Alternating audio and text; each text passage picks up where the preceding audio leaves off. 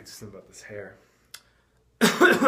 Anyway, it's day 18 of my water fast, and I'm down 26 pounds. Yeah, 209, baby. And I feel pretty good, but I will probably be ending it on Monday, just because I have a lot of stuff to do and just no energy to do it. So, plus there's a lot of other things that are happening, and I need kind of just move it along. Plus I lost a lot of weight.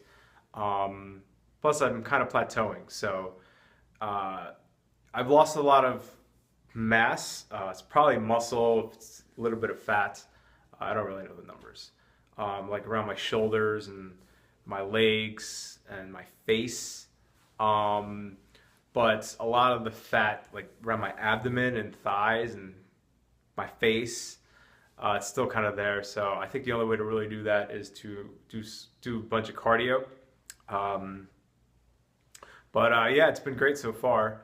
Lots of ups and downs, but it comes with the territory. I still feel pretty good. I don't feel sick.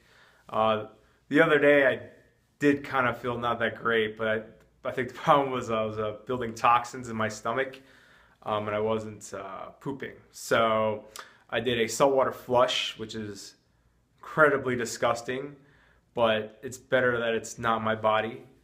It's so disgusting. But yeah, like it's just pure death. But anyway, so yeah. And I also want to talk a little bit about, what I learned during the fasts. Number one, I didn't die.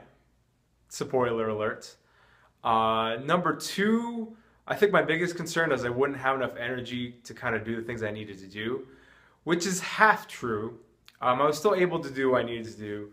Like I got my car, I took care of all these other things. I definitely, obviously you're not at 100%, but I mean, I figured I was gonna be like 20%, where I was really more like 70% with a bunch of resting in between. So I definitely paid attention to what was going on and made sure I slept when I needed to, or I just kind of took a break when I needed to, or just kind of stepped away from things when I needed to, and not push myself, because that's just silly.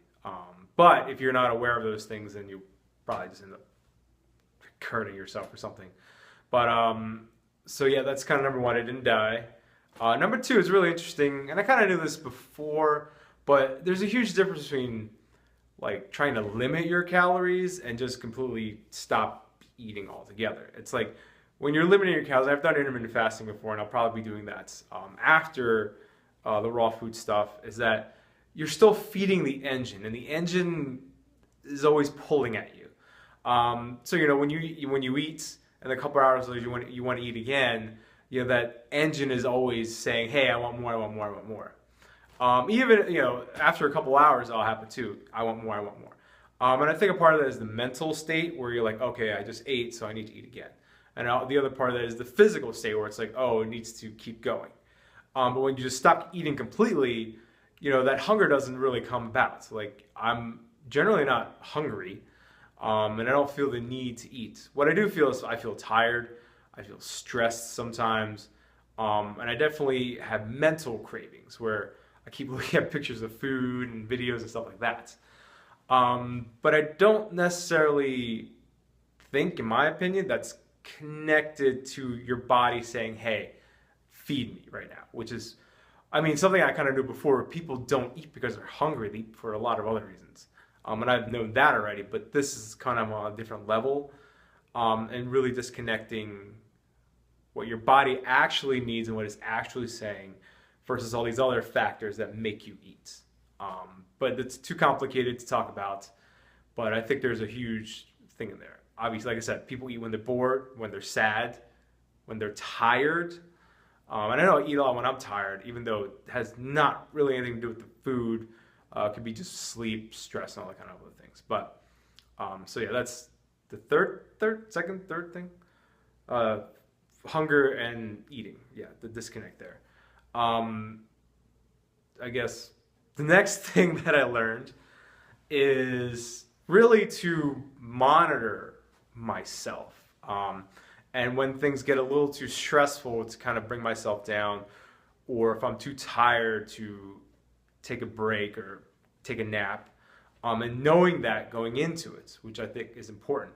But on a regular basis, I think most people just ignore those things. They ignore when they're tired. They ignore when they're stressed out. And I try not to do that too much, especially since I meditate.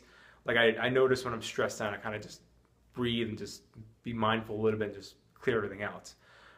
So I think that's important too. And then the other thing is just that, was not an easy thing. I mean, it had like there were moments when it was easy, and there were moments when it wasn't easy. And I think what was really important was, all the research I did beforehand, and especially these videos that I saw of other people and how they were able to do it, and all the things that I was reading about fasting and all the things I knew before about fasting. I think that was really important to understand what I was getting into. But at the same time, I actually started a week before, and then I had to stop because there was just too much going on. I wasn't ready for it. So I actually fast for like 24 hours, and then I was like, oh man, I have to do this. So I actually ate. And then a week later, when I kind of pulled myself together and figured out all those other things, I was like, okay, let's do this again. Which I'm really grateful that I did that. I basically failed the first time and succeeded the second time. And I think that was really important to understand what you're getting into, but at the same time, don't let it now paralysis by analysis. And I just eventually just jumped into it and just did it. But yeah, so I mean, those are the top things I learned. I probably should have organized it a little better, but whatever. And yeah, so I'll be starting my refeeding on Monday. I'll be buying some papaya tomorrow, letting it ripen over the weekend, and then eating it on Monday. But that's when the second phase really begins of really, there's this whole other plan. I'll probably talk about money, but like the fasting was important, but what's happening after the fasting is even more important. I've done a juice cleanse before, and I really didn't come off of it right. All 3 times probably, just terribly. And a lot of what I know now is I've actually been watching a lot of raw vegan videos and how they kind of eat throughout their day.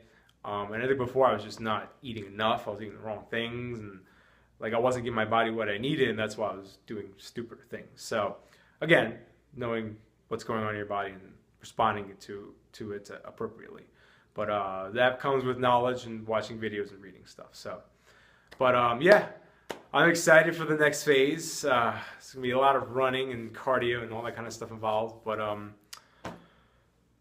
yeah, I'm looking forward to it. But yeah, spoiler, didn't die. But thanks for watching.